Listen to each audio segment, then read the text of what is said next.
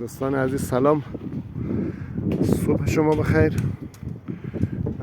دوستا سوال کرده بودن که کجای شناجای ازی.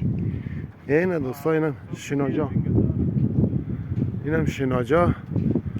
سایکل شناجا رو بستیم. نگاه آقا تایر مثل برق داری میبنده. اینم شناجای دوستا. خب بذار اینجا ببینیم که بهترین مدل سیم زدن کدامه.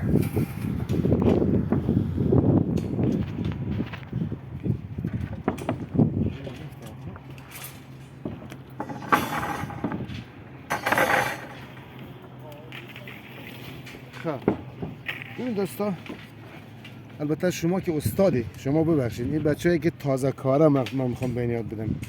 ببین یک مدل سیم اینطوری میبندیم که بپشته که میگه سیم 8 نه ای،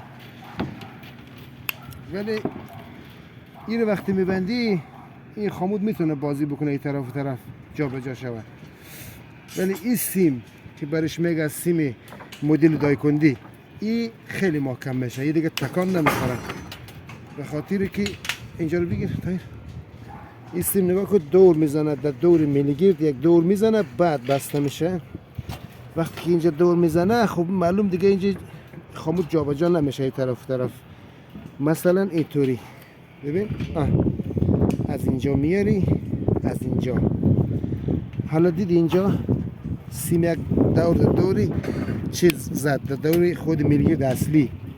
به این خاطر این دیگه خامود تکان نمیخوره. خب یه مزی ببین.